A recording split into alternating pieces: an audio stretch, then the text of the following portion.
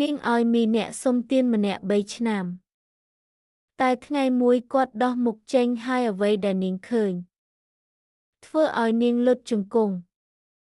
កុំមើលស្រាលអ្នកសុំទាននៅតាមដងផ្លូវឲ្យសោះហេតុការណ៍ចម្លែកមួយធ្លាប់បានកើតឡើងនៅតំបន់ជនបទអានហ៊ុយអស់រយៈពេល3ឆ្នាំជាប់គ្នាស្ត្រីមេម៉ាយម្នាក់បានឲ្យមីដល់អ្នកសុំទានម្នាក់នៅមាត់ទ្វារផ្ទះដែលនៅស្ងៀមមិនកម្រើកប៉ុន្តែអ្វីដែលបានកើតឡើង3ឆ្នាំក្រោយមកបានធ្វើឲ្យស្ត្រីមេម៉ាយញ័រខ្លួននិងលុតជង្គង់ដោយការភ្ញាក់ផ្អើលធ្វើឲ្យអ្នកភូមិទាំងមូលនិយាយមិនចេញកាលពីប៉ុន្មានឆ្នាំមុនស៊ីវលៀនជាស្ត្រីម្នាក់មកពីជនបទបានរងទុក្ខវេទនាដ៏សោកសៅមួយនាងបានបាត់បង់ស្វាមីតាំងពីនៅក្មេងហើយដោយខ្វះខាតគាត់បានបើកហាងលក់មីសាមញ្ញមួយតែម្នាក់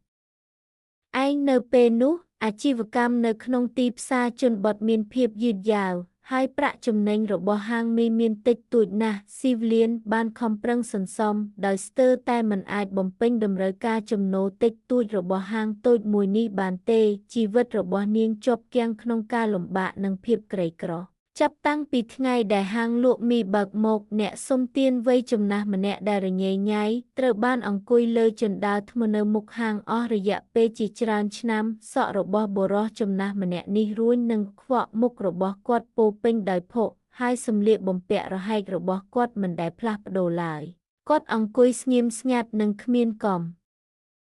ឡើងនៅមុខហាងពេញមួយថ្ងៃដោយគ្មានមធ្យោបាយចិញ្ចឹមជីវិតអ្នកជិតខាងនិងអ្នកទទួលទានអាហារបានជៀសវាងនាងដូចជាជំងឺរាតត្បាតអ្នកភូមិបានគេចវាសស្ត្រីចំណាស់នោះដោយចាត់ទុកនាងជាមនុស្សអាក្រក់និងគ្មានសំណាងដោយជឿជាក់ថានាងខ្ជិលច្រអូសនិងធ្វើពុតជាសុំទានអតិថិជនជាច្រើនដែលមកញ៉ាំអាហារជាប្រចាំបានប្រកាសថាពួកគេនឹងមិនទៅញ៉ាំអាហារនៅហាងមីរបស់នាងទៀតទេប្រសិនបើអ្នកសុំទាននៅតែនៅទីនោះពេញមួយឆ្នាំដែលធ្វើឲ្យអាជីវកម្មរបស់ឈៀលៀនកាន់តែចុះខ្សោយខណៈពេលដែលពិភពលោកបានមើលរំលងហើយបង្ហាញការមើលងាយយ៉ាងខ្លាំងឈៀលៀនទោះបីជានាងក្រីក្រក៏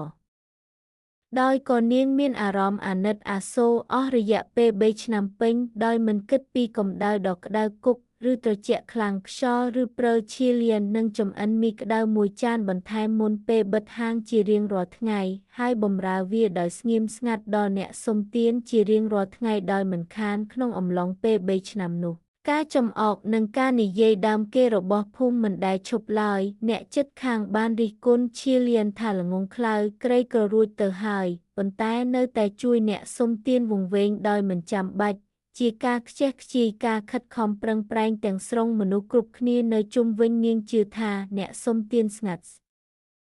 ញៀមនេះគ្រាន់តែកេងប្រវ័ញ្ចសេចក្តីសប្បុរសរបស់មនុស្សស្មោះត្រង់ដើម្បីទទួលបានចំណេះដឹងការនិយាយដើមគេប្រចាំថ្ងៃនិងអាជីវកម្មក្រីក្រជាប់លាប់បានធ្វើឲ្យស្មារតីរបស់ឈៀលៀនចុះខ្សោយបន្តិចម្ដងទម្ងន់នៃជីវិតនិងការចំអករបស់អ្នកដទៃបានកកុញឡើងធ្វើឲ្យឈៀលៀនតែក្រីក្ររួចទៅហើយនោះស្រក់ទឹកភ្នែកដោយសម្ងាត់ច្រើនដងរដូវរងាដ៏អាក្រក់មួយព្រើធ្លាក់ខ្លាំងបានបិទផ្លូវហើយខ្យល់បក់បោកយ៉ាងខ្លាំងតាមដងផ្លូវឈៀលៀនបានកើតជំងឺផ្ដាសាយហើយធ្លាក់ខ្លួនឈឺនៅលើគ្រែដោយគ្មានអតិថិជនណាម្នាក់មកមាត់ទ្វារផ្ទះរបស់នាងពេញមួយថ្ងៃដោយសម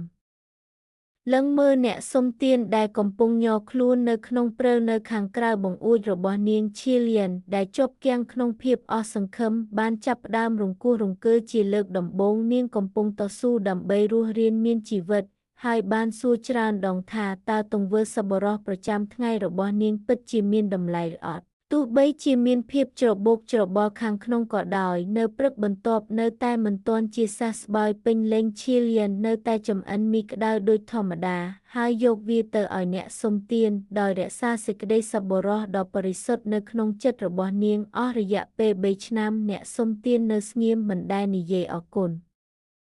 មិនដែលងើយមុខឡើងដូចជាតតាគ្មានជីវិតភូមិទាំងមូលជឿថាគាត់កើតមកថ្លង់ខ្ជិលច្រអូសនិងឆ្កួតរហូតដល់ព្រឹកនៃខួបលើកទី3អ្វីបានប្រែក្លាយទៅជាយ៉ាងអស្ចារ្យឈៀលៀនដូចធម្មតាបានយកចានមីក្ដៅមួយចានទៅមាត់ទ្វារមុនពេលដែលនាងអាចដាក់ចាននិងចង្កេះចុះអ្នកសុំទានដែលបានអង្គុយស្ងៀមអស់រយៈពេលជាច្រើនឆ្នាំបានងើបក្បាលយឺតហើយសំឡេងស្អកនិងជ្រៅមួយបានបន្លឺឡើងពេញផ្លូវគាត់បានប្រកាសថា អស់រយៈពេល3ឆ្នាំមកហើយស៊ីវលៀនបាននៅទីនោះដោយមិនខានមិនថាភ្លៀងឬថ្ងៃមិនដែលក្បត់សេចក្តីសប្បុរសដែលបានបង្ហាញដល់ពិភពលោកត្រជាក់នោះទេថ្ងៃនេះគាត់នឹងបង្ហាញមុខពិតរបស់គាត់មនុស្សគ្រប់គ្នាដែលមានវត្តមានមានការភ្ញាក់ផ្អើលគ្មាននរណាម្នាក់រំពឹងថាអ្នកសុំទានដែលនៅស្ងៀមអស់រយៈពេល3ឆ្នាំនឹងនិយាយនោះទេបន្ទាប់មកបុរសចំណាស់បានលើកដៃឡើងហើយប៉ះមុខដែលប្រឡាក់ដោយធូលីដីដោយសំឡេងស្រទន់របាំងមុខស្បែកមនុស្សស្ងួតនិងជ្រីវជ្រួញត្រូវបានបកចេញយឺតរូបរាងរបស់អ្នកសុំទានចាស់នឹងមិនស្អាតបានបាត់ទៅវិញទាំងស្រុងដោយជំនួសដោយក្មេងប្រុសតាវ័យក្មេងសង្ហាខ្ពស់ស្រឡះស្លៀកអាវពណ៌ក្មេងប្រុសនោះស្លៀកអាវតាវពណ៌ធម្មតាស្អាតបាតកាន់ដាវវែងនៅលើខ្នងរបស់គាត់ហើយត្រូវបានហ៊ុមព័ទ្ធថ្ដោយពន្លឺពណ៌មាសដែលបញ្ចេញរស្មីនៃលោកីការផ្លាស់ប្ដូរភ្លាមនិងយ៉ាងខ្លាំងបានធ្វើឲ្យជើងរបស់ស៊ីវលៀនរួញហើយនាងបានដួលទៅជង្គង់អ្នកភូមិជុំវិញនោះបានស្ងាត់ឈឹងអ្នកដែលធ្លាប់ចំអកឲ្យឈៀលានជនជាតិអាហ្វ្រិកអាមេរិកឥឡូវនេះកំពុងឡើងក្រហមដោយភាពអាម៉ាស់ហើយអានក្បាលក្មេងប្រុសតាវស្លៀកពាក់ពណ៌ស្ភ្នែករបស់គាត់ទន់ភ្លន់បានបង្ហាញពីប្រភពដើមរបស់គាត់យឺតដំបូងឡើយគាត់ជាកូនស៊ូកលាដែលត្រូវបានបញ្ជូនដោយតាវស៊ូកលាឲ្យធ្វើដំណើរទៅកាន់ពិភពមនុស្សអស់រយៈពេល3ឆ្នាំជាពិសេសដើម្បីសាកល្បងភាពល្អនិងអាក្រក់នៅក្នុងចិត្តរបស់មនុស្សក្នុងអំឡុងពេល3ឆ្នាំនោះគាត់បានឆ្លងកាត់ទីក្រុងនិងភូមិនានាដោយបង្ហាញបន្តិចម្ដងអំពីរបៀបដែលមនុស្សត្រូវបានជំរុញដោយផលប្រយោជន៍ផ្ទាល់ខ្លួននិងប្រងើយកន្តើយចំពោះគ្រោះថ្នាក់អ្នកមានរាប់មិនអស់មានចិត្តកំណាញ់និងមានគំនិតចង្អៀតហើយមនុស្សសាមញ្ញមានចិត្តអាក្រក់និងអាត្មានិយមមានតែឈៀលានទេដែលស្ថិតនៅក្នុងភាពក្រីក្រនិងការលំបាកនៅតែរឹងមាំក្នុងភាពស្មោះត្រង់របស់នាងនិងមិនរង្គោះរង្គើក្នុងភាពល្អរបស់នាងត្រាត្រូវបានទាញហើយក្មេងប្រុសស៊ូករាបានយកអង្កាំមាសភ្លឺចែងចាំងចេញពីដៃអាវធំទូលាយរបស់គាត់ហើយបង្ហាញវាទៅឈៀលានក្មេងប្រុសស៊ូករាបានពន្យល់ថាគុជខ្យងនៃសំណាងវាគឺជារង្វាន់និងអំណោយពីស្ថានសួគ៌សម្រាប់សេចក្តីសប្បុរសសុទ្ធសាធមុនពេលដែលឈៀលានអាចឆ្លើយតបបានពន្លឺពណ៌ភ្លឺចែងចាំងមួយបានភ្លឺឡើងភ្លាមហើយក្មេងប្រុសសេលេស្ទាបានបាត់ខ្លួនភ្លាមដោយបាត់ខ្លួនចូលទៅក្នុងពិភពលោកចាប់ពីពេលនោះមកជីវិតរបស់ឈៀលានត្រូវបានផ្លាស់ប្ដូរទាំងស្រុងពាងអង្កររបស់នាងមិនចេះអស់ហើយការបូបលុយរបស់នាងពោពេញដោយទ្រព្យសម្បត្តិនាងបានឆ្លៀតឱកាសនេះដើម្បីពង្រីកហាងអាល់គីមីរបស់នាងទទួលបានឧបករណ៍ថ្មីនិងជួលជំនួយការហាងដែលធ្លាប់ស្ងាត់ជ្រុងបានរីកចម្រើនបន្តិចម្ដងដែលអនុញ្ញាតឲ្យនាងដែលបានស៊ូត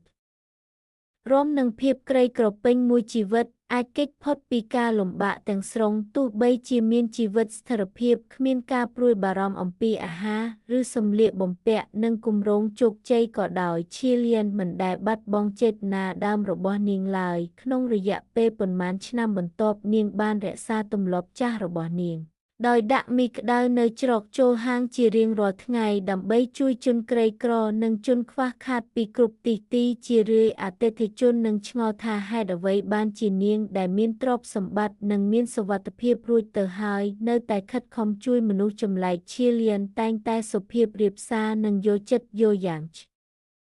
រើអំពីការលំបាកនិងភាពក្រីក្រនៅក្នុងពិភពលោកមីក្តៅមួយចានដែលនាងបានឲ្យមិនមែនជាប្រតិបត្តិការទេប៉ុន្តែជាភស្តុតាងនៃការបដិញ្ញាចិត្តដ៏រឹងមាំរបស់នាងចំពោះសេចក្តីសប្បុរសដែលលើសពីទ្រព្យសម្បត្តិនិងភាពក្រីក្រអស់រយៈពេលជាច្រើនទសវត្សរ៍ក្រោយមកស៊ីវលៀនត្រូវបានគេស្គាល់ដោយសារចិត្តសប្បុរសសេចក្តីសប្បុរសនិងភាពស្មោះត្រង់របស់នាងដែលតែងតែពោរពេញដោយក្តីមេត្តាករុណានាងបានទទួលមរណភាពដោយសន្តិភាពក្នុងដំណេករបស់នាងក្នុងអាយុជាង90ឆ្នាំជាជីវិតដែលគ្មានការលំបាកនិងទុក្ខវេទនានៅថ្ងៃដែលនាងស្លាប់គុជមាសមួយដែលត្រូវបានថែរក្សាអស់រយៈពេលជាច្រើនឆ្នាំបានបាត់ខ្លួនដោយគ្មានដានអ្នកភូមិចាស់បានផ្សព្វផ្សាយពាក្យនេះថាសត្វស៊ូក្រាមួយអង្គបានយកគុជនោះមកវិញនេះគឺដោយសារតែស៊ីវលៀនបានលះបង់ជីវិតរបស់នាងចំពោះអំពើល្អជួយអ្នកដទៃពេញមួយជីវិតរបស់នាង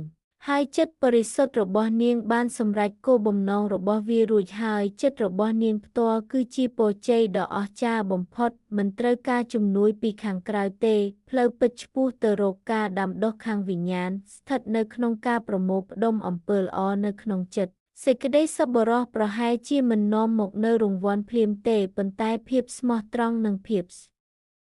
លូតបូតជារៀងរាល់ថ្ងៃនឹងលុបបំបាត់ការលំបាកនិងការលំបាកទាំងអស់នៃជីវិតនៅទីបំផុតដោយធានាបាននូវអនាគតដ៏សន្តិភាពនិងវិបុលភាព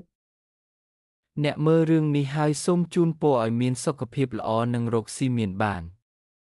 សូមជួយឲ្យបេះដូង Share និង Follow ម្នាក់មួយផង